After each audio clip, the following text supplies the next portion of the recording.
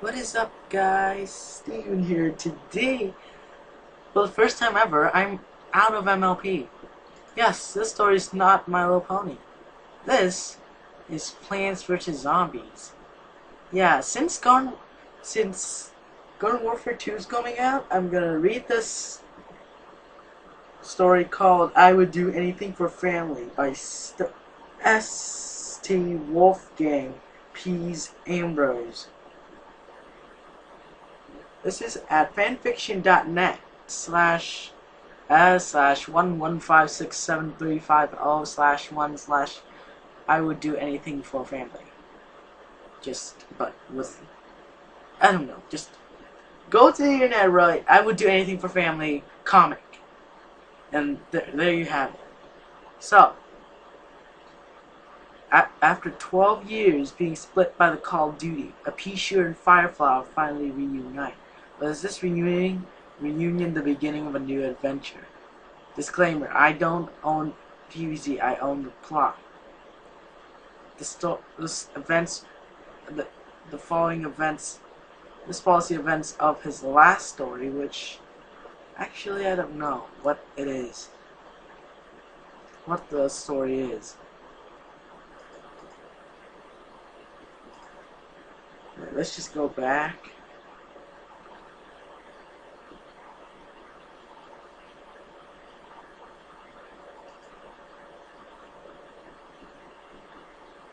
My last story. They didn't write like what story it was. Fiction K plus. 18 reviews, 5 favorites, 4 follows. Updated on February 2. Published on October 19th of last year. So, let's get to the story. Oh wait, oh, here it is. The last story is AFSTAA.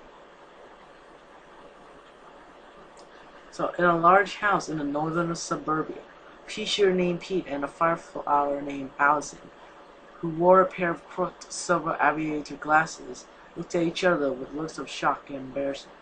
The two plants hadn't seen each other for 12 years, and when they finally met, Allison had some shocking news for Pete.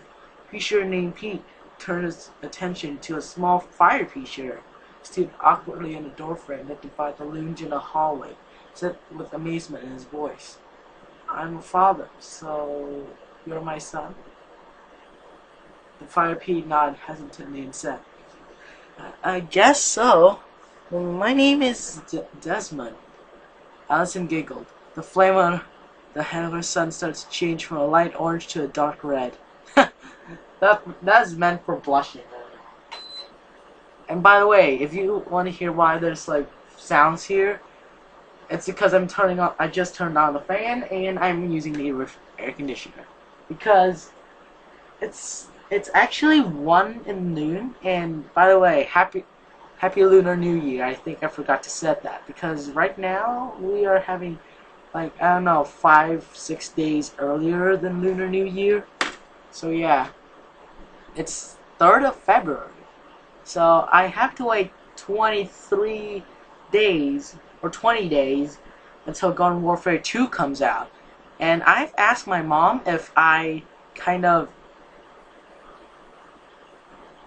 I was thinking like the next 20 days I would buy the deluxe edition of Garden Warfare 2 so that I would play it, because I love to see Zack Scott Games play Garden Warfare 1, and for some reason I feel Garden Warfare 2 is a bit worse than Garden Warfare 1. Not only is there so much characters, the only thing that I love about Garden Warfare 2 was that they have some kind of character promotion. So like you get like till, I don't know, 10, 20, 30, 40, 50 per one plan. So your maximum level is like one character, and that's like, is that like, I don't know, 1, 2, gold, 2, 3, the 10 to bronze, 20 silver, 30 to gold, 40 there, 50. Yeah, 60 levels actually, and like the maximum level must be like 770.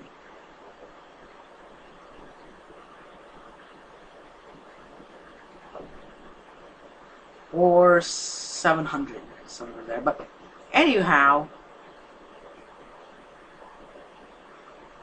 Pete smiled and said to himself, Desmond Lathers, or Desmond Hyanthus, either name works.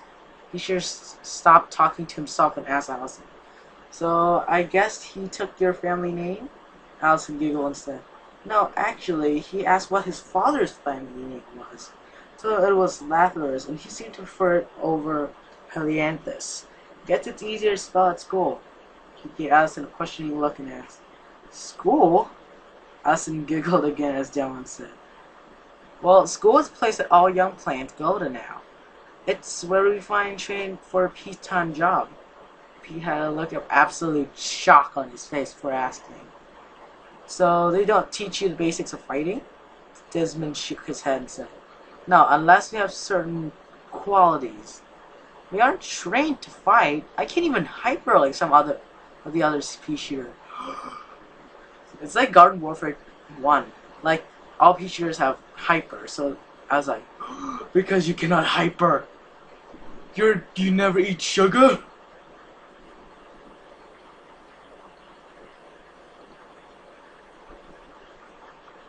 "You'll never do that." I would actually love to play as Pete if I can.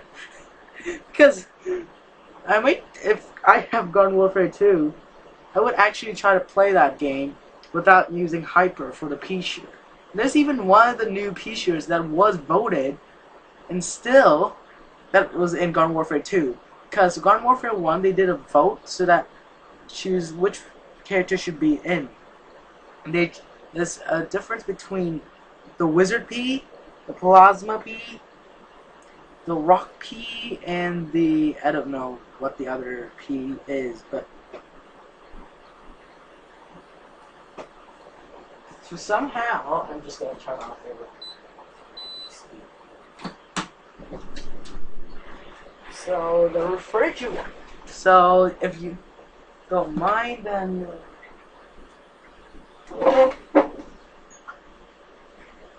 so the second version they chose, and then after that they chose Rock P.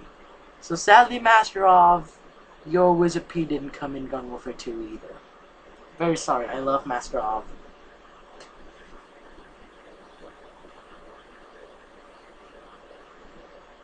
Pete's expression changed from shock to anger. Allison gave Pete a worried look before the mad Pete said, "That's ridiculous. Look now that I'm here, I'm going to teach the basics of survival." Desmond looked jubilant as a weird sensation overcame the small fiery pea shoot. For anyone knew what was happening, Desmond was hypering all over the place. Hyper again! "Pete, just eat sugar. You'll hyper."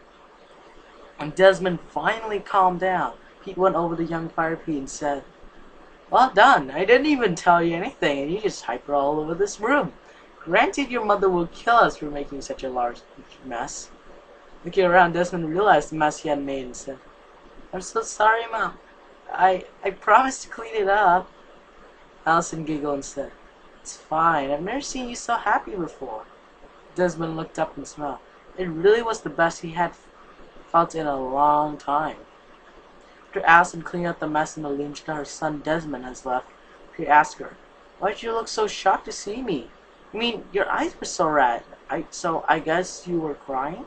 Sid looked away from the pea shooter and said, "Not long before you arrived, I made a phone call and attempt to contact you." Sid began to tear up as she said, "You told me that you were that there were only 2 plants with your name, and apparently both of them told me that there were only 2 plants with your name, and apparently both of them were killed in action." This time, Allison was crying. Pete went on and said, "You know, they could never kill me." Pete's tone changed to a comforting one, questioning one when he said, "Did you say 2 were KIA?" Allison looked at the befuddled Pete next to her and said, "Yes, why'd you ask?" Pete recoiled from her in shock and began muttering, No. It can't be." Allison looked at the shocked Pete and asked, "What can't be?" Pete had tears in his eyes, and when he looked at Allison, he said, "If what you said is true, then I have no family left alive." This time, Allison recoiled in shock and asked, "Can't mean... No. What What happened?" Pete was on the verge of crying when he said, "I made a ridiculous deal with my brother. He suggested I fake my death to make me invisible to Leaf, but he would take my job as leader of Sierra under my name. That's why I was dead to Leaf while alive to the remaining plants in my team. He had a pair of dog tags with my name on them. That must mean..."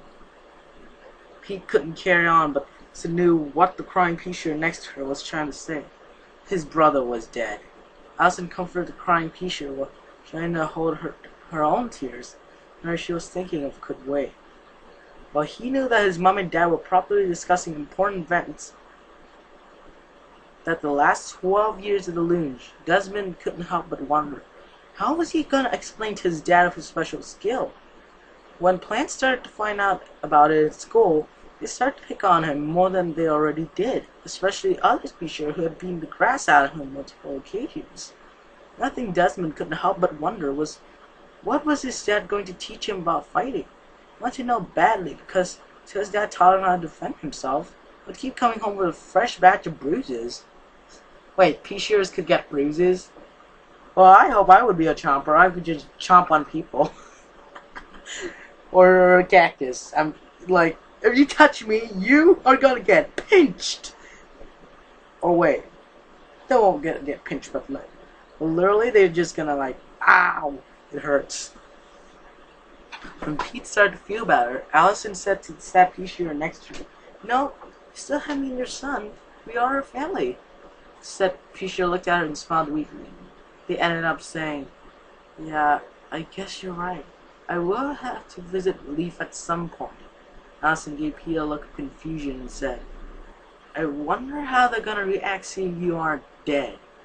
Pete laughed at the thought of the reaction of plants at Leaf. Where two plants could continue their conversation, Desmond walked in and said, Dad, I have something to show you." Okay, so chapter 2. I'm actually going to read 10 chapters. Chapter 1 to chapter 9, to chapter 10 to chapter 19, chapter 20 to chapter 29, and from chapter 30 to chapter 39. So yeah, that's 10... Wait, 1 to 9. Yeah, I only read 8 chapters in this one. 2, 3... I only read 9 chapters in this one. The next video will be 10, the other was 10 and then 10. So, chapter 2, An Old Friend.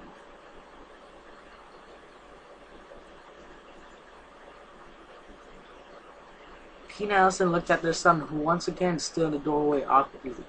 Desmond looked down and took a deep breath. Before Pete could ask what was about to happen, Dash's right pot opened and a short vine covered in sharp thorns snacked its way out of the now empty pot. Allison and Desmond looked at Pete with uneasy looks while Pete looked with astonishment and said, "How? I am amazed and surprised you haven't been selected to join Leaf." Oh, so he has... Oh, wait. Wait, guys. I'm gonna pause the video. Let me look at this again so that I would understand what the hell this is. 2 minutes later. Okay, I think I figured it out. So, Desmond actually lost her or his. I don't know if it's his or her. I think it's his. He lost his peas. He lost his peas. He lost his peas from his right pod, and there's like a bruise of thorns that was stuck there. So it's either a sunflower or a rose that did that. So who is it? Druid Rose? So we have Rose, which is a new character in Garden Warfare 2, or Sunflower, or Cactus. But Cactus doesn't have vines. Okay, now I'm just... Okay, just... Concentrate.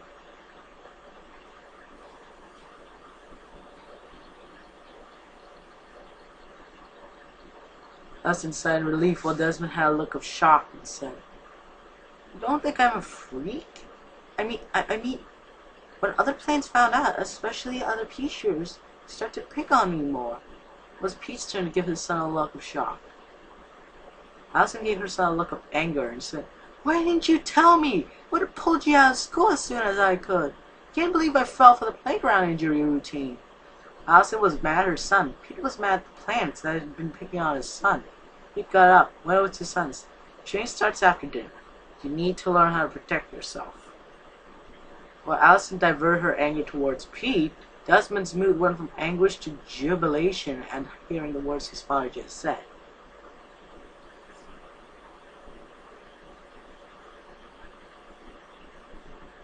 But I still don't get it.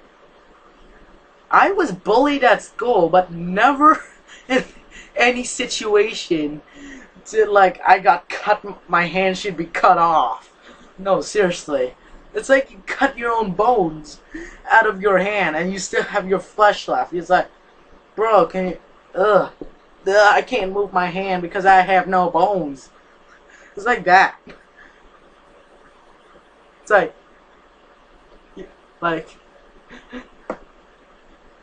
half an hour later, Pete, Allison, and Desmond finished having dinner and doing the dishes.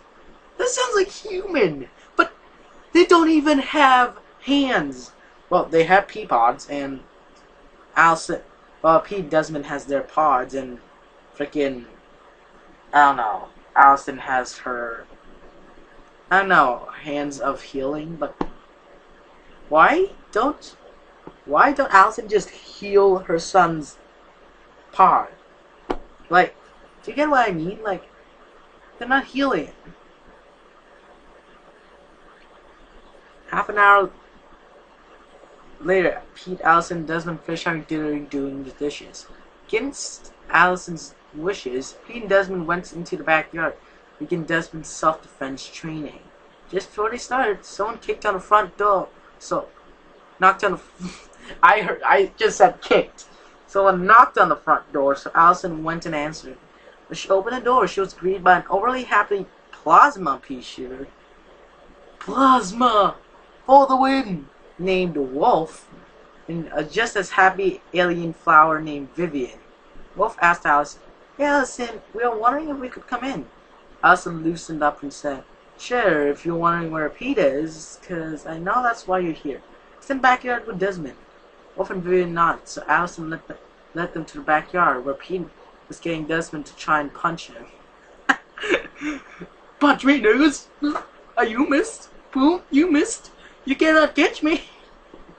That's what I think in my head. That's what I think in my head when Desmond tried to punch Pete.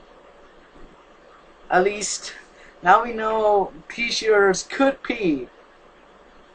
No, seriously, it could pee. Desmond's mood quickly changed from happiness to anger, as every punch he threw at his father was dodged. Pete dodged another attempt by his son. Desmond felt something inside him snapped. Without knowing what he was doing, he opened his right paw and began swinging a thorn-covered vine that now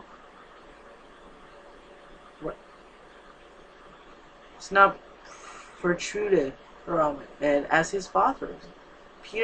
Pete was caught off guard and took a few hits before he regained his composure and began dodging them again. When Desmond finally regained control, he felt immediate regret at seeing what he did. His father was bleeding from 3 cuts that Desmond himself has clearly caused. He began apologizing to his father. "I'm so sorry, I didn't mean to do that." He laughed at his son and said, "It's fine, I was caught off guard by that little move you pulled off, so it's my fault for not preparing for it." But the two continued the conversation. 3 planes near the back door applauded the little fight. Pete hypered over to them and said with a massive astonishment in his face, "How could you said you cannot hyper? You said you cannot hyper. Now you just hyper to the other people." Oh wait. Or is that Desmond? Desmond said, it's either Desmond said he can't hyper and then he hypered and just wrecked the house, or Pete said he can't hyper, but for some reason he just hypered. Wolf! Vivian! You're alive! Plasma eating alien flower, Naiad Pete was nearly jumping in joy. Wolf was first to reply. Can't believe you're alive. After I saw you and Allison this afternoon, I contacted a few friends. I should be here in a few days. Pete continued to grin stupidly while Allison talked with Desmond. That was reckless and careless. Do you have anything to say? Desmond looked down. He hated when his mom was mad. But Desmond could reply. He interrupted them and said, Allison, I will be fine. Be proud of our son. He did something that very few players have been able to do with me. Allison said to Pete jokingly, You know, I remember a certain somebody lacked self-esteem back when I first met them. Pete Wolf and Vivi laughed at a sly remark at Pete's lack of self-esteem. Allison and Vivi and Desmond spent the next hour watching Pete and Wolf fight to show Desmond what he should do and avoid doing in a fight. Wolf was a good fighter, but years off the battlefield has limited his ability. Well, he has been fighting for nearly the entirety for the past 22 years. Allison told Desmond to go to bed. Two people stopped fighting since they were both beginning to feel tired and there was no point. Vivi and Allison looked at their respective pictures and just... They were both covered in bruises and a couple of cuts that were bleeding lightly. Pete and Wolf laughed at both Allison and Vivian's expression of disappointment. They wished each other good night. Wolf and Vivian went home. Allison and Pete headed for bed. Allison decided it would be fine if two of them shared a bed, considering the guest rooms were bare and cold. When they both hopped in, Pete began hugging Allison and said, Feels good to be with you again. 12 years apart and 12 years that our son has had a proper father figure. Allison giggled as she allowed the picture to hug her. She stopped giggling. She said, Feels good to have you back, too. I just hope in those 12 years you'll learn a little bit of self-free. These are all the words that I need to remember in my freaking character in school, and for some reason now I can't understand. Self-preservation, preservation, and self-esteem. Pete laughed this time before saying, Yeah, I haven't learned anything about those two things. Allison and Tristan gave up. Tilda lay in bed, just enjoyed the presence and contact of each other. Desmond lay in bed and considered what he'd do to the group of P-shirts that would probably make fun of him tomorrow at school. Either if he tried to hyper away, wouldn't have a chance of getting away. P-shirts would catch him easily. On the other hand, if he tried to stand his ground, they would have an even bigger reason to pummel him into the ground. If Desmond tried to put aside, perhaps, he could meet up with his dad. It would put a group off from beating him up. Try to keep thinking of that thought as he drifted off to sleep. So number 3, I needed class. Desmond awoke early the next morning to this. You know what? I'm not gonna just say the title. I'm just gonna say everything. Desmond awoke early the next morning to the sound of argument coming from the kitchen. Young Fire Pea got up and investigated the argument. He walked into the kitchen and found his mom holding a knife to his dad's throat as she yelled at him. You can't go! You need to go with your son instead! Pete reacted nearly as fiercely as Allison. If I don't go, news of a ghost are going to start popping up. Allison decided to apply more pressure on the knife and made a small incision in Pete's throat. Desmond saw the blood trickling down his dad's stem. He squeaked in a terrified voice. Mom, what are you doing to Dad? Allison looked at his son, then Pete. When she realized what she had done, she dropped her knife in shock and said, Oh my Dave, what have I done? Oh my Dave, what have I done? Crazy Dave. So Dave, in this case, is Jesus. That's great to hear. Pete, I'm so sorry. I didn't need to. Pete coughed up a little blood and said, It's fine.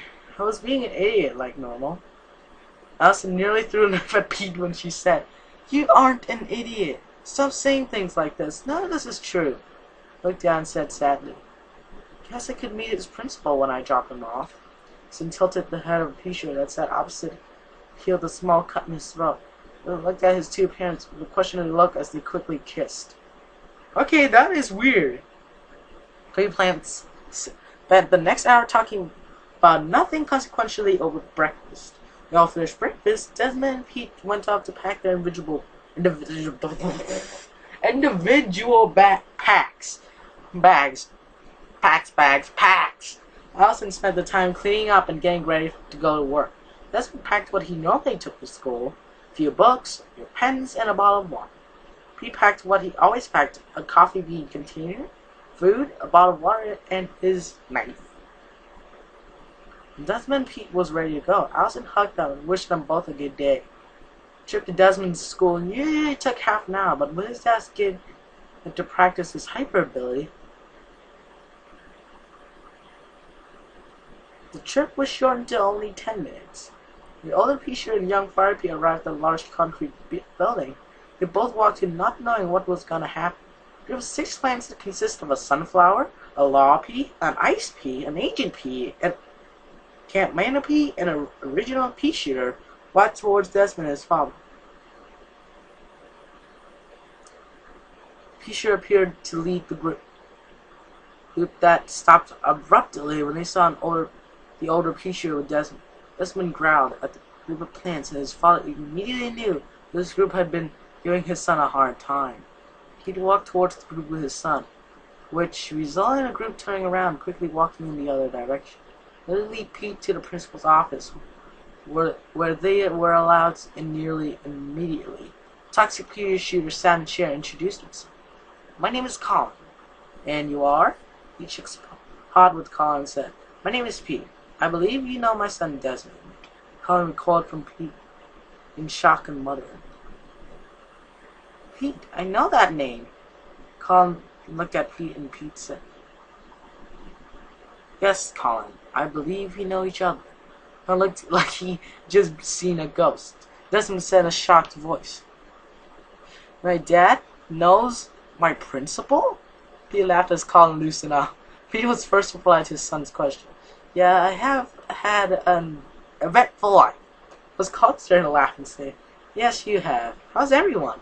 He looked down and he said, "I don't know how many of them are, but I became a ghost for the past 12 years. Colin frowned and said, "No, we are hosting a few veterans from around suburbia, try to teach some of the students their abilities. I think you could be a helper." Pete looked up and said, "Alright then, I might as well do something useful while I'm here." Desmond nearly hypered all over the room.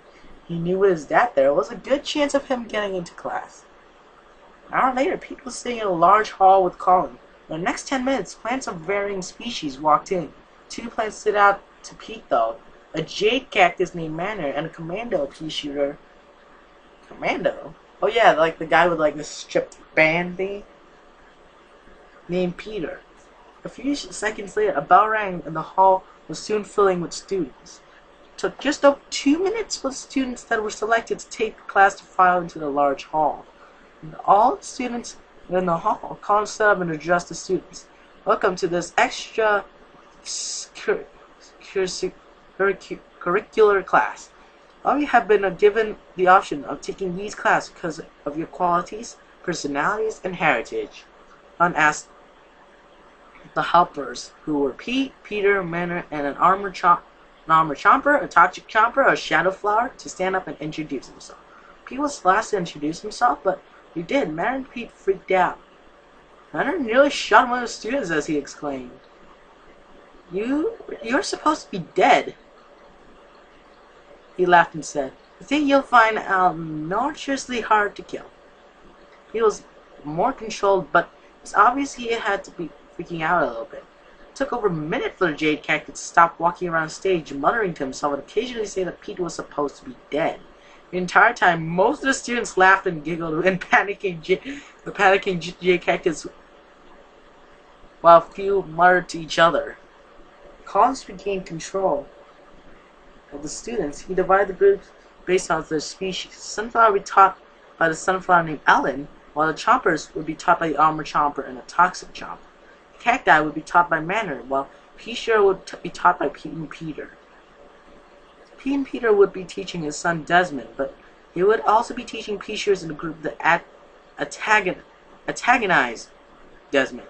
Pete decided to lead the small group over a part of the hall all other groups were using and asked, "Right, I want all you to demonstrate an ability that you can do.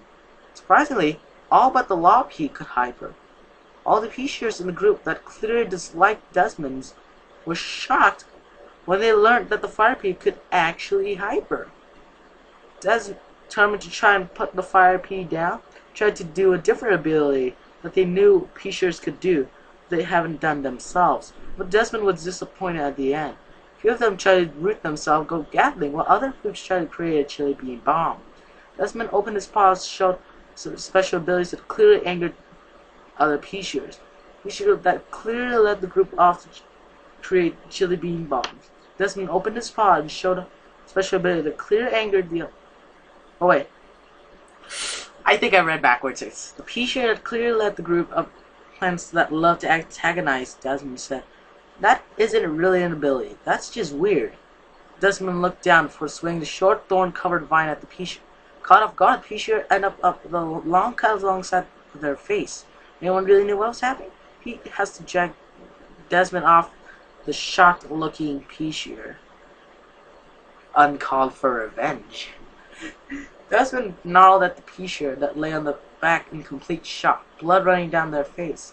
Desmond smirked at them. Their friends picked them up. Desmond looked at his father. He went from happy to sad. His father looked disappointed at him. Pea-Shearer nearly yelled at Desmond. "What the hell, Desmond? You're going to regret this." No one could exchange words. The bell went and the students were dismissed to recess. Desmond hypered after his father, who wasn't looking out of the hall, and said, "Look, Dad, I didn't mean to. I just lost control." Pete shrugged off his son and said, "I'll see you at home." He continued to walk to ignore Desmond, pleased for him to stop. When the final bell rang, the students headed home. Desmond walked slowly through a park near the school. Didn't really want to go home. Desmond was snapped out. "Stop!" A stone bounced off the back of his head. When the back of his head the stone made contact, he returned to be confronted by a group of plants he definitely didn't want to see. You should have led the group, said. "So, no one here is to protect you." He should have pointed to the cut straight and continued. "You'll pay for this, fire peas." Well, rest in pieces. Desmond didn't feel like fighting, so he hypered in the other direction. Despite his best attempt, he couldn't outrun plants pursuing him, so he stopped abruptly and took a battle stance Father taught him the night before. Plants caught up. They stopped and laughed at Desmond, who simply shot at them. Despite catching them off guard, Desmond managed to miss the 2 shots he fired at him.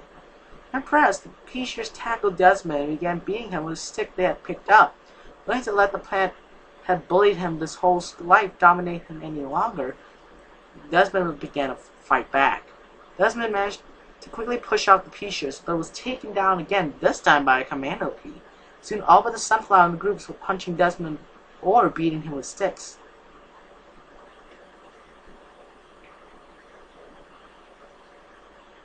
After a few minutes, the sunflower screamed at the Pea-Shearers attacking Desmond. "Stop! You've had your fun!" The sunflowers began pushing the plants away from Desmond and continued. "Look at him! I'm surprised he isn't dead!" Fire on the head of the fire pea was dangerously small, and he was breathing slowly and heavily. Sarah pulled a small phone out of her pack and dialed her mother.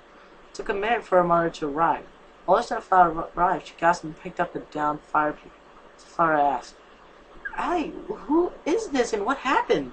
The other sunflower named Allie said, "His name is Desmond Lathamus," and when Allie didn't continue, her mother said, "Oh, what happened? I need to know. My friends beat him up."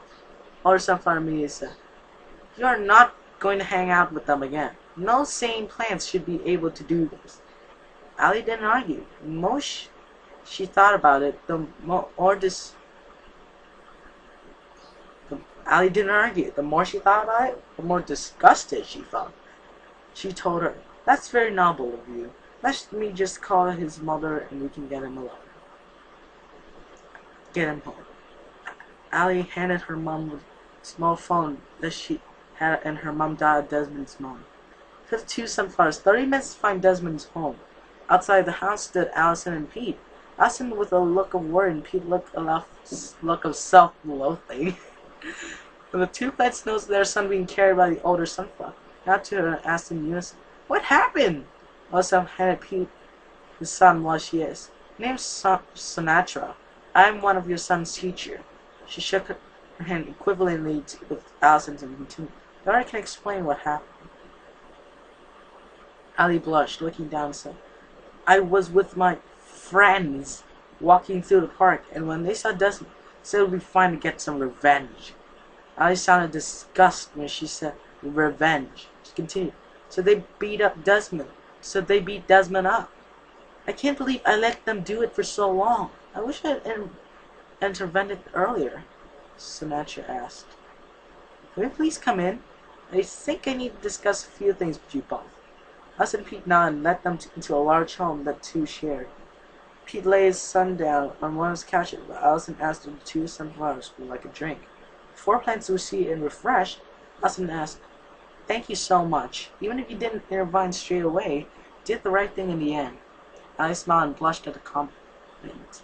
Sinatra said in a compassionate voice, I believe it would be the best for your son to avoid coming to school for a few days. Allison nodded and Pete asked him an off-topic question. Sinatra, don't I know you? Yes, you do. Well, you can't remember me because I almost tried a new weapon against us one night. It was a memory-erasing gas that nearly completely removed me from everyone in the fictitious memories, including Peter's. He took me because he knew that your memories of me would slowly be recovered the longer you were near me. Sinatra started crying, but Allison went over her and said, Sinatra, you're the sunflower that helped me save Pete the day we first met. Sinatra smiled and nodded. Before they could continue to exchange memories, Desmond coughed up a little blood and opened his eyes. Allison ran over to her son and said, Desmond, are you alright? Desmond smiled and said quickly, No, yeah, I think I'm fine. Ali ran over and said quickly, Desmond, I'm so sorry for what happened. You should have helped faster. She continued. Dash interrupted her and said, What happened? Both Alice and Ali looked at each other uneasily. Sinatra walked over and said, Desmond, you were in a fight. You're going to be fine. I'm going to explain to the principal. You won't be at school for a few days. Desmond looked at Sinatra and said, Thanks, Miss Sinatra. How did we get to my house? He giggled while Pete came over and said, Look, Desmond, I'm sorry for overreacting and letting you walk home alone, knowing that you had some dangerous enemies after you. Should have been a better father. Allison insisted and said, Pete, you're new to this. Don't beat yourself up over it. It was an honest mistake. Besides, despite his protest, he still felt like it was his fault. Sinatra and Alice spent another 10 minutes there before wishing Allison, Pete, and Desmond good afternoon and heading home. The other three went to discuss what was going to happen. They agreed that Desmond should stay home for 3 days and that Pete would escort Desmond to and from school. By the time the plans went to bed, it was nearly midnight. Chapter 5. Document or plan? Both! I would love both. This has been like 30 minutes, or maybe 40, I don't know. I think it's 40 minutes, I guess. Yeah, I think it's 40 minutes. It's 2:20. I started this at 1:40-ish. So, 3 days after the incident in the park, Pete hypered alongside his son towards the large concrete building, his Desmond's school. The two of them arrived. They were approached by Ali and a hot raw chomper. Hot raw chomper. Wait, does hot raw chomper? Wait, is hot raw chomper like heals health if swallowing something? I think so.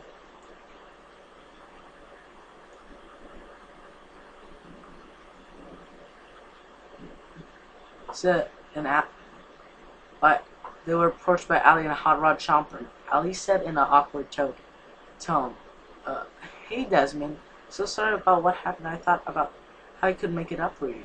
Desmond looked at the sunflower and giggled. She was blushing. I continued, just wondering if I could hang out with you if you don't mind. This time both Desmond and the hot rod chomper laughed at Ali, who was blushing.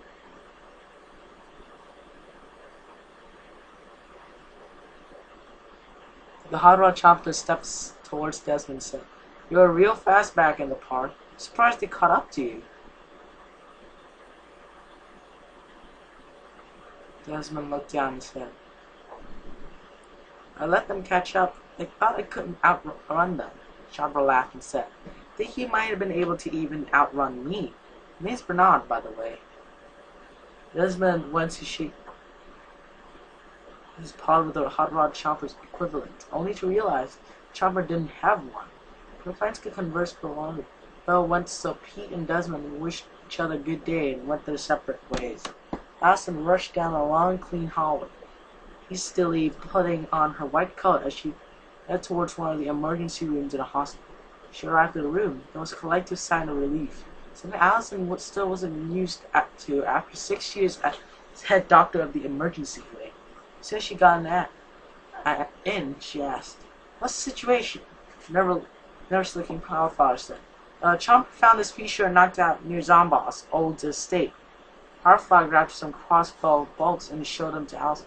She found impaled in him. Allison looked at the bolts. The thing seemed to be of zombie made. Putting aside, she said, Who is she? He. The only way to identify him was this. I had a torn up piece of paper. Since I names on paper, she nearly fainted in shock. The document was from Jack Lathrus, Pete's brother, but who it was to was the most shocking part. Fire bell for the day rang, and students began flooding the hallways of school. Desmond stayed behind in class. He didn't want to be in the presence of any bullies outside the view of a teacher. Luckily for him, he had Miss Sinatra last, so he didn't mind the young piece staying behind in her class. Around 5 minutes after the bell rang, Ali and Bernard walked in the room. Sinatra smiled at her daughter. She was proud that her daughter decided to try and make it up for Desmond. Ali said, Desmond, do you want to hang out with us? I mean, if it's fine for you. Desmond laughed at the sunflower and said, Sure. But wait, my dad's supposed to pick me up after school. Sinatra giggled at the down-looking therapy and said, It's fine. I explained to your father about lunchtime that he didn't need to pick you up. Desmond felt happy and hyper around out in the hallway. Bernard laughed while Ali jumped up onto him, and when she did, Bernard sprinted after Desmond. But a strange group of 3 were outside, confronted by a group of 5 plants. She called out to Ali, Hey Ali, I didn't know you were rocking with a circus. He laughed at the joke, but they would quickly shut up when Desmond yelled back, Leave her alone. She isn't part of this. It's still only between us. Peter smiled cynically and said, Fine then, fight me here and now, let's settle this. Desmond shook his head and said, I want to fight you. I just want you to leave me and my friends alone. Just for now. She spat at Desmond and said, What's the matter, douchebag? Douche! He said it. Wait, it's K+. Oh yeah, that means 13+. That's why I could say the word douchebag. What's the matter, douchebag? Oh yeah, you're a coward like your bastard father. I grabbed Desmond and whispered to him, Desmond, ignore him. Let's go. I jumped up on Bernard, who was growing at the pea-shooter, while Desmond turned around and began walking away. Both they were on edge until they were a long distance from the school. Sam were in a park and just wandering around talking about nothing of consequence. A worried garlic John approached them and said, Come quick, I need your help. Bernard sprinted while Desmond hyper after the garlic John as they left room to cut off part of the park. In the middle of a large clearing lay an injured cactus. Ali called at the garlic John and said, Hey, what happened? Garlic Jones sounded angry when she said, I'm trying out a new tactic and I was wrong move and she fell and I don't know who she is. I jumped off Bernard and ran towards the cactus. Pete sat at home and considered what's happening to 2 family members he had left when the phone rang.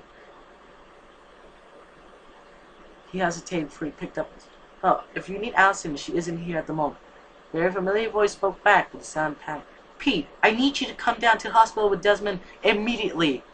Pete's expression changed to worry when he said, Desmond isn't with me. He's with some friends at the... Could continue to plan and a line screamed back, What do you mean he isn't with you? Fine, just come down to the hospital now. Phone clicked and went silent. Pete put the phone down and went to the hospital. Or should I say hypered up to the hospital. So this is the end of Calamity. Pete stumbled through the front doors of the hospital, pushed himself to hyper in the distance. While Allison would bust to the hospital in 10 minutes, Pete hypered in 15 minutes and he was exhausted. Worried-looking Powerflower ran up to him and asked, "Are you Pete?" The exhausted Pete nodded, and he was too tired to talk. Powerflower helped him walk to the room Allison was in. He arrived. Allison ran up and said, "Pete, I have something to show you." Allison led Pete to the bed with injured Pete laying in. Pete sat up and Pete stepping back in shock. It was his brother, Jack. Pete stared at the Pete. I thought you were dead." Jack looked more shocked and said, "You're supposed to be dead." He was even more shocked at the news and said, "Wait, what? I'm supposed to be dead?" Allison walked over to Pete and gave him a piece of damaged paper. What he was chilled him to the core. The document was a list of names. Most of the names were crossed out. The most shocking part was his own name was crossed out and documents were addressed to Zomboss. He looked up the paper and glared at Jack, who simply said with a voice of sorrow, "Pete, I'm so sorry. I had to do it. If I didn't, they would have killed me."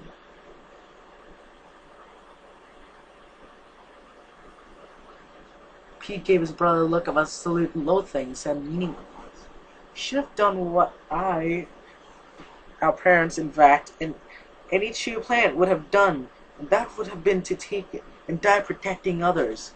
You know what?" Pete was starting to tear up and said, "I have no brother anymore." He turned around and dropped the note on the floor.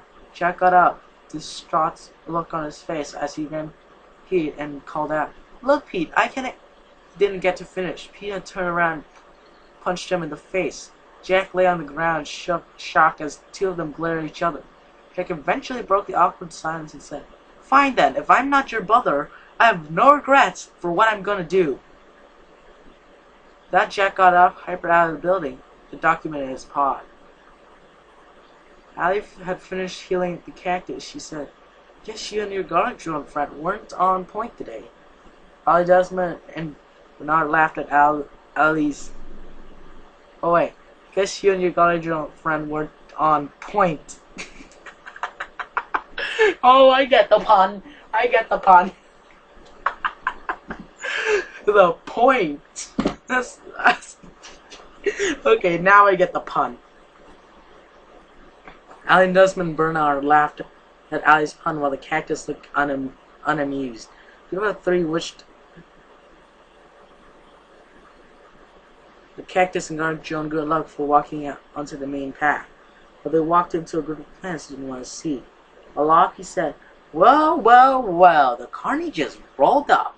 Bernard growled at them while Allie frowned and said, beats being part of the no lives." The group looked taken back, and the commander P-shooter said, "Piss off. No one asked for your option, Miss Sunshine and Rainbows. What do you see in these freaks anyway?"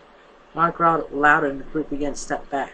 P-shooter, who led the group, said, "Don't growl at me, all bark no bite. Besides, hothead over here there's late for his daily beating." Desmond also growled and said, "I think you're late for yours, douche." P-shooter said meaninglessly back, "Try it." Desmond lunged at the P-shooter. Allie tackled Desmond to the ground and said, "Enough! You two need to stop fighting."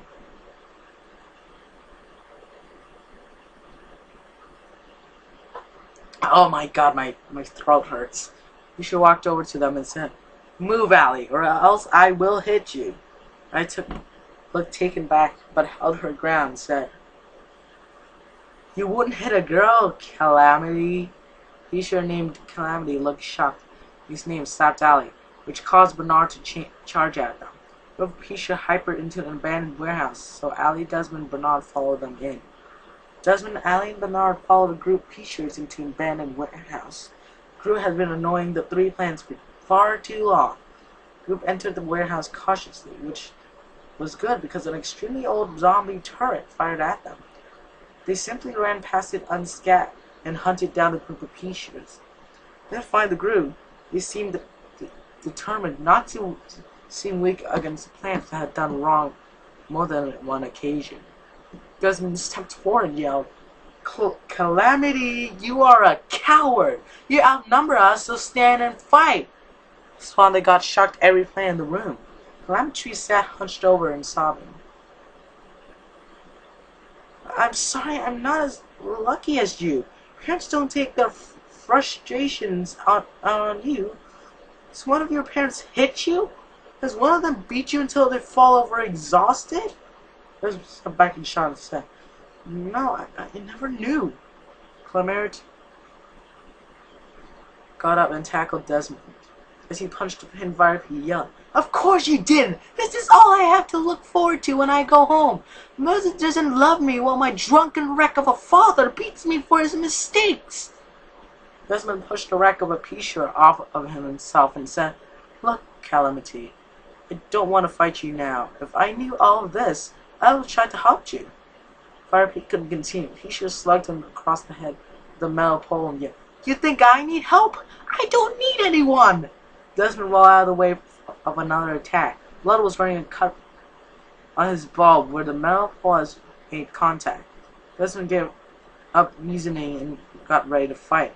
Expecting an attack against himself, Desmond, Bernard, and Allie didn't expect Calamity to throw the pole he was holding at Allie. Who hit Allie, who yelped in pain. Bernard was clearly mad, in fact, beyond mad, charged as fast as the pea-shooter to split their group up. Desmond chased Calamity up to a catwalk above the main room while Bernard chased the other pea-shooters. Calamity turned around to face the pursuing Firepeak and fired a few peas at it. 3 peas missed their marks and Desmond tackled Calamity. Calamity. The temperature in the room seemed to rise as the flames of Desmond's head changed from an orange to a dark blue, then to a dark purple. Desmond has lost control of himself. Desmond began beating the pinned pea-shooter with a metal pole left lying near him. Eventually, Calamity managed to push the enraged Firepeak off him, saved with tears. Please, no more!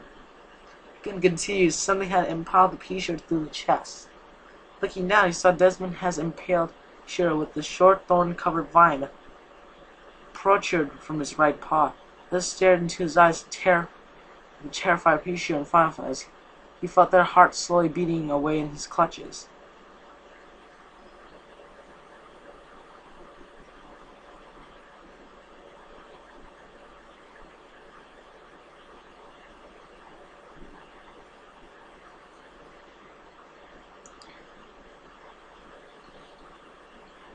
Oh my god, he's gonna kill him.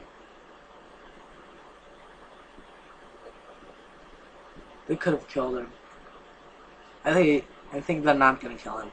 Because that's just too mean, right? Desmond turned slowly beating away in his clutches. Beloved, Bernard. God. Do it, Desmond! That bastard deserves it! Quickly after, Allie yelled out, Don't, Desmond! Think about what you're doing! It was no use. Desmond couldn't control what he was doing. The pea-shooter begged at Desmond. Please, Desmond, think about it. Never truly meant. Pea-shooter never got to finish their sentence. Desmond has ripped out their hearts and crushed it in front of him. Pea-shooter looked at Desmond in shock for a few seconds, was collapsing on the catwalk, never to rise. Desmond looked at Calamity's corpse and smiled viciously, but proud of what he had done. Bernard smiled in glee as the other pea-shooter hypered out of the building in terror, but Allie had a look of absolute shock and terror on his face.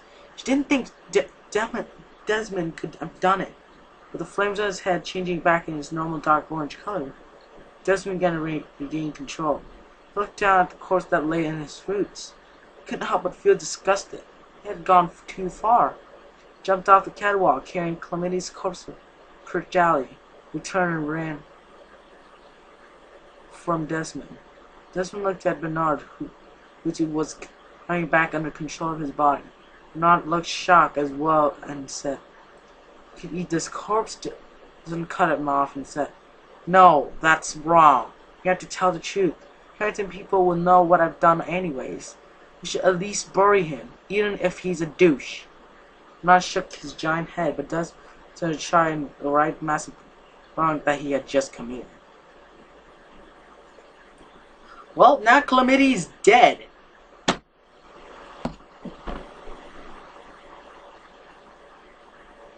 Well,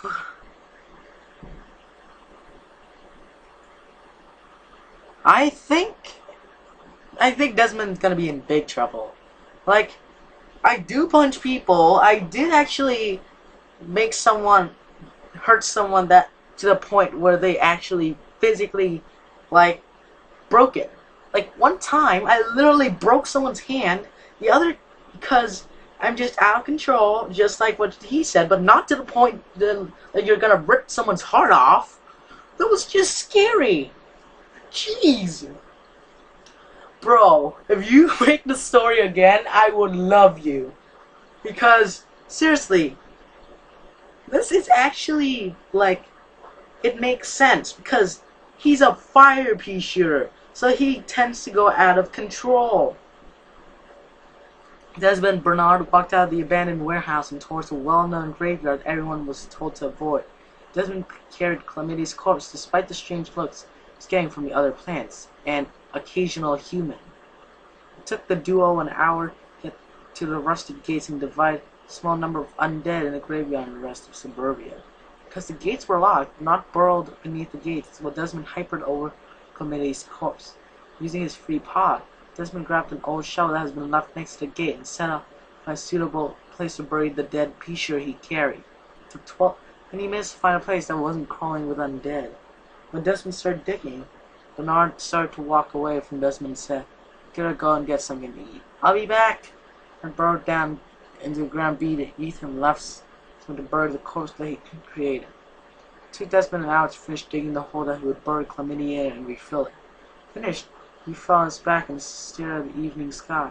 His mom was probably worried sick. He lay there for a few minutes in contemplation at how quickly someone could take his life. He was the one who took his life. He only got up in the end because the moans of the undead were drifting closer and closer to him. Desmond grabbed his shovel and headed towards the gate and entered the graveyard through it. As he got close to the gates, he saw there was no chance of getting through. The browncoats were at the gates and trying to push it down. Desmond ducked behind a bush and watched the browncoats over and out. He was still trying, and he knew his mother was bound to be worried sick. Desmond knew he couldn't be there any longer, so prepared to hyper through the horde that gathered near the gate. A loud explosion gave him a fright. So the browncoats near the back of the horde noticed a yelp of surprise from a nearby bush, and with the bush catching fire, Desmond cursed as he jumped out the bush to confront the browncoats. He began to lurch towards him. Fired 5 flaming peas at browncoats. Only one hit in the end, but it did leave Desmond to deal with only 9 browncoats. Looking around with a weapon before he became a zombie salad, Desmond grabbed the shovel and began swinging at the zombie. Half a minute, one of the browncoats grabbed the shovel and took it from the that had just been using it. He looked at it before swinging at Desmond, who dodged the shovel. As we grabbed by a different browncoat, trying to rip a chunk out of the dash. To make any progress, a small green explosion knocked the head off the browncoat and went limp.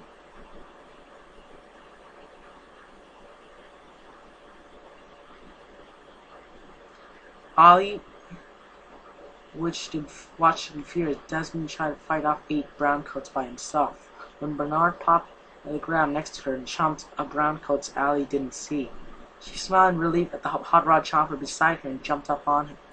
Not then charged through the horde of browncoats towards Desmond, leaving his head rammed to knock over the browncoats that didn't try and run for him.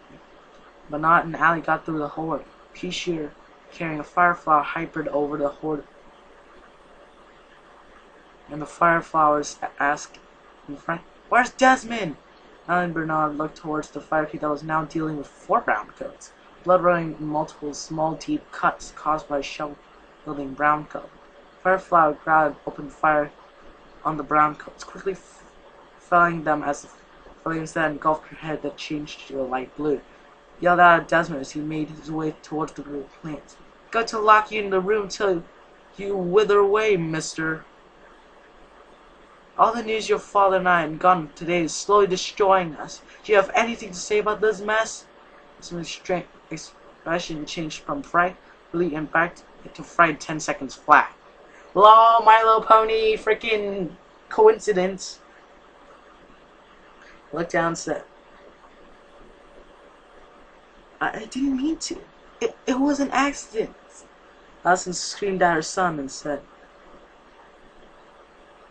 "Accident? How'd you accidentally rip out a plant's heart and crush it in front of them? I... Allison couldn't continue. She was in tears. Pete stopped shooting at the zombies, hugged Allison, and said, "It's fine. I'm sure there's a perfectly good explanation." He looked at his son with a look that said, "Don't say a thing." Plant spent the next hours clearing out the gates, pushing the brown coats from the gates. Desmond was approached by not only four of his teacher, but also the principal he assumed Clementi's parents. Drunken Lockie asked in a very unique accent, "So what did you all drag us down here for?" Colin principal looked at Desmond and said, "I was hoping to find out as well. I want to know if these rumors are false or not." Before Desmond could say anything, Allie spoke. "Yes, Mr. Colin, I witnessed the event." I looked terrified. She thought about the event that happened earlier that day. Or reanimation. So that begins the unit.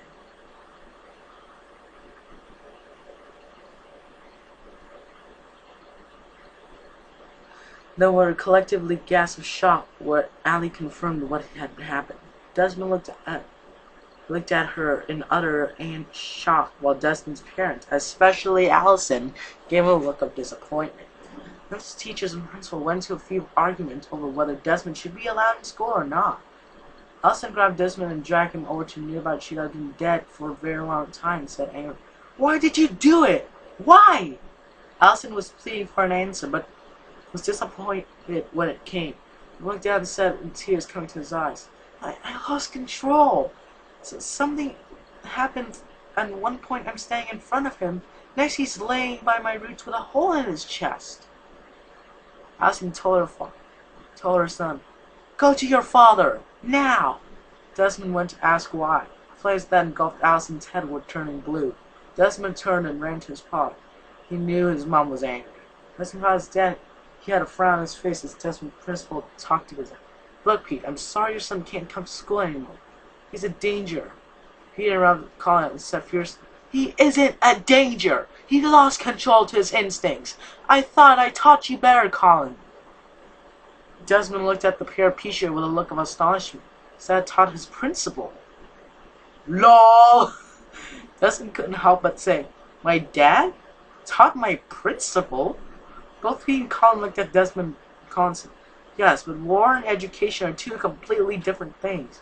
Pete, you're part of a dying species. Soon we won't need to fight. Zombies' resistance would collapse." Pete interrupted Colin again, said, "You're still with Leaf. You know the importance of fire ready at all times." This time Colin interrupted Pete and said, "Yes, but a few of us agree that the time for fighting is over." Pete glared at Colin and said, "It wasn't Zomboss that made the list of plants to be eliminated. It was you." Colin smirked and said, "Smart boy. Now I'm sorry, but sometimes students have to beat the teacher. Goodbye, Pete. No one will miss you." A couple of Desmond's teachers grabbed Pete from behind and held him in place. Scientists looked at the broken watch on his decaying wrist. He knew it was broken, but it has to pass this time some way. Scientists looked out the door at the mausoleum he was using as a home and laughed to see a group of plants that had disturbed his peace were arguing again. Scientists grabbed a shovel and set it off towards a grave that had recently been added to his graveyard. It took him 10 minutes to find his crudely marked grave and begin digging. It took him another 10 minutes to dig up the course he didn't expect to find. Got the dead pea-shooter and set it off towards the lab. He had an idea that could either make or break his plans. Prior to his lab, he threw the dead pea-shooter onto the operating table and grabbed a syringe full of experimental substance.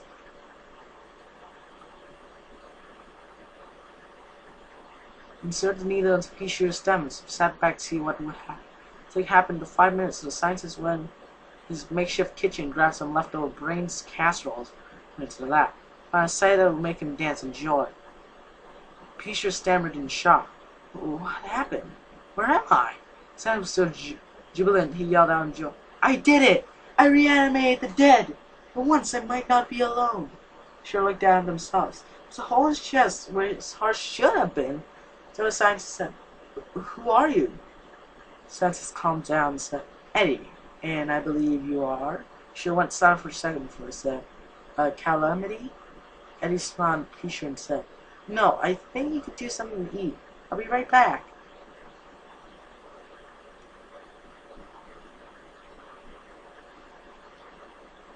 They ran out of the committee and looked around the room. It's full of strange devices and tools, as well as a few strange posters of human females.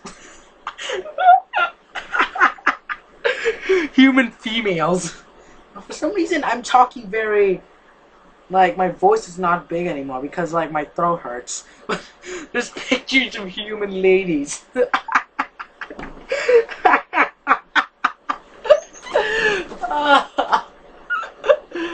Oh my god, I cannot believe what I just witnessed. Oh my god. Scientists rushed to a potted scary shroom that was hiding and said, "Here, try this." And they put the scary shroom next to Calamity, who looked at the plan, felt a strange feeling go through him. Despite feeling disgusted at himself, they began to eat the scary shroom and crawled in pain as they were eaten by the undead Peasure.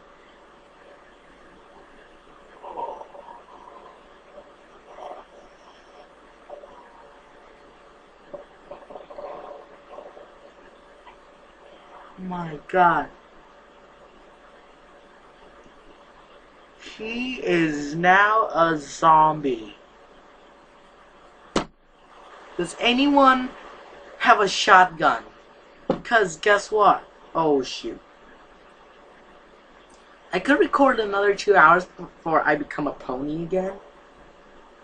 So yeah, this is gonna get weird. But he's now a zombie. Shoot! Took Calamity and antagonizing 20 minutes to eat the poor scary shroom when he finished. When he finished, he felt both disgusted and strangely satisfied. Then Eddie said, "Why did I do that? What happened to me?" Ed thought a second before saying, "Calamity, don't freak out, but you're a zombie." And he did exactly what the scientist told him not to do. He ran around the room trying to tell himself it was all a bad dream. He shook his head, pulled out a grenade that he was from an imp near the end of the war, and threw it at the undead. He yelled in surprise, looked up into the air, and quickly dropped down, held his shotgun to Committee's head, and said, "Calm down. I know it may be a surprise, but you need to get used to it, or it's back to the grave." Committee calmed before asking, "What happened?" Eddie frowned and said, "Fire Key and a hot rod chomper broke through into my graveyard, bury you, and then went to leave. Though what happened after since I set off to get your corpse? Brought you back here and back to life." Lane nodded uneasily and said, "Want something, don't you?" Lane said, "As compensation for bringing you back to life, I want to earn trust of a few plants and bring them back here. I have a plan." Clementi gave Eddie an easy look, holding out his paw to shake with Eddie's decaying hands, and said, "Deal. I know just the plans." Clementi smiled deviously. He knew just how to get his revenge against the fire pea that killed him. Oh Lord. Well, he's dead. Seeing ghosts. Desmond was grabbed by one of his cactus teachers while Pete was lifted into the air by two chomps, his arms in his mouth, and Con said in an almost sympathetic voice, "I will grant you one wish since you're going without a fight." Since Colin said those words, Pete spat and said, "I will never go without a fight. Stab me, shoot me, even rip me apart. I will always keep fighting until my family is safe." Colin frowned and said, "This is exactly what your species are dying out." Well, now we know why Peashooters are dying now. You all share one thing in common. Don't think before you fight. You always charge into battle as someone you care about is in danger. Is it a flaw in your species' personality? Pete glared at Colin and said in a voice of full defiance, "No, it's our defining trait."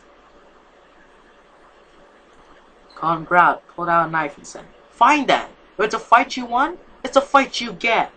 Pete, immobilized, Colin lunged him and stabbed Pete in the stems. Pete growled at the toxic Pete that had just stabbed him and tried to kick him off. Colin frowned and stabbed Pete till he had over 14 deep cuts in his stems, each bleeding dangerous amount of blood. Choppers released Pete, who collapsed on the ground, breathing heavily but far from beaten. Desmond broke free of his teacher and yelled, "Dad!" Cactus grabbed Desmond again while Colin bent down next to Pete and said, "Give in, we might spare your family." Pete picked himself up, still tall. "Never! Not as long as you're a threat to my family." Pete lunged at the Collins and caught the toxic Pete off guard.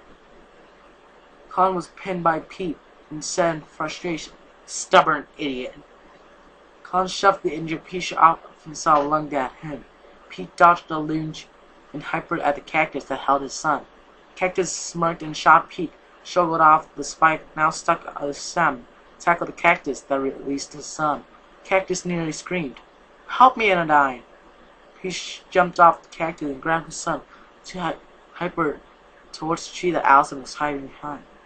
As they hypered towards the tree, they heard Colin say, "Look, I'm sorry, but news of this can't get out, so I will have to kill you both."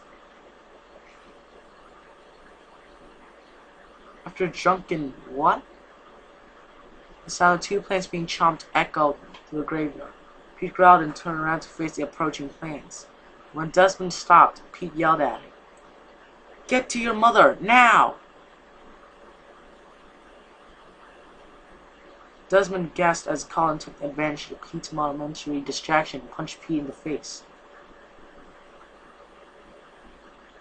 Pete fell on the ground and growled at Colin for saying, "Wish you had died that day, just like your brother." Colin continuously punched at Pete as he yelled, "Take that back! My brother died to save me!"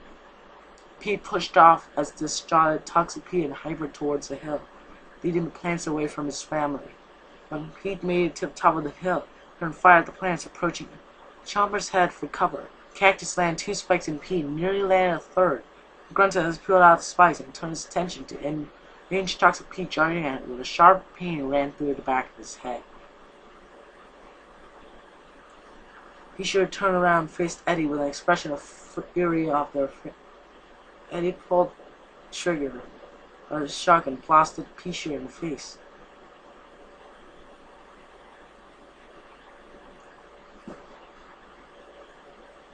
Pete felt his health drain away hugely when shot the scientist, but behind his back, spikes and toxic peas traveled at. Each looked unmarked. Allison screamed as the multiple projectiles found their mark. Pete finally yelled in pain and collapsed. He was finally knocked out. Allison and Desmond charged up the hill and found themselves trapped between the scientists and plants that were advancing on. The scientist walked closer to them and was about to shoot Desmond. The scientist fell forward. Strange-looking Pisher still behind. Desmond gasped, realized that Calamity had shot the scientist. Also had a strange look on his face. It was almost like a zombie. But he couldn't help himself. Desmond yelled at Calamity, "You! This is all your fault!" Calamity frowned and said, "I just saved your life. Be a bit more grateful, hothead." For either plant could exchange more words. Allison sighed relief and Pete had blood running from multiple wounds. As she began healing multiple cuts and a creation, Calamity said to Desmond, "Look, I'm so sorry for what I did. I was uncalled for, and I shouldn't take out my angers on others. Didn't mean to kill you. Actually, how are you here now?"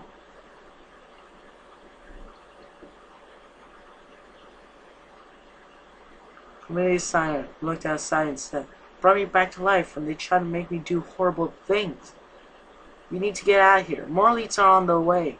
Desmond frowned and said, "Fine, but if you show the slightest sign of betraying us, I will send you back to the grave." Desmond turned to his parents and said, "We need to leave. There are more elites on their way." He and Allison looked at each other, worried looks on their face. He ended up saying, "Allison, you take Desmond and get out of here. I'll stay behind, make sure you both get out of it." He interrupted Pete and said, "No, I'm going to stay by your side from now on." Thought I lost you once. I don't want to lose you again. Pete frowned, say something, but a chopper had unburrowed next to them and lunged at Desmond. Clementi gasped and hypered towards Desmond and shoved him out of the way of the lunging chopper, who landed on the ground. Desmond looked at Clementi in shock. Wait. The hypered towards Desmond and shoved him out, who landed on the ground with a thud.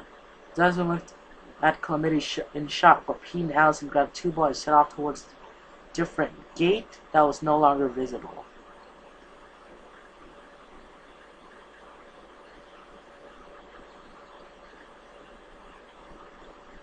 So now they're dead. So anyways, I hope you enjoyed the story. I actually have fun reading this. This is actually, I think, the best story I've ever watched. This is the best. Guys, I hope you enjoyed it. If you don't enjoy it, frick you, because this is the best story. Actually, I'm just kidding. I'm just kidding. I'm just kidding, guys. I hope you enjoyed it, because actually this story is actually really good. If you don't enjoy it, then it's your comment. Just comment below if you enjoy it or not. And I hope you enjoyed it, because I will still be reading 4 more times as like an hour. It's only 9 chapters and I read an hour, and the next one's gonna be 10 chapters. So yeah, hope you enjoyed it. I'll see you guys next time. Peace out.